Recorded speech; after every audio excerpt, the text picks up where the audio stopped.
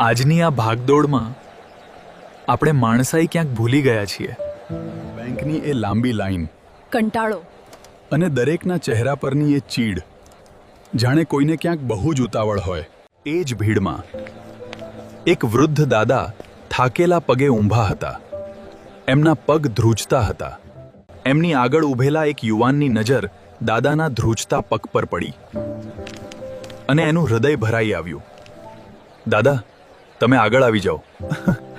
મને ઉતાવળ નથી. બેટા, આજે તે મને તારો સમય આપ્યો છે. યાદ રાખજે, એક દિવસ સમય તને વળતર આપશે. મિત્રો, મદદ કરવાથી માત્ર લાઈન આગળ નથી વધતી, પણ માનવતા જીવે છે. તમારી એક નાનકડી ધીરજ કોઈના આશીર્વાદ બની શકે છે.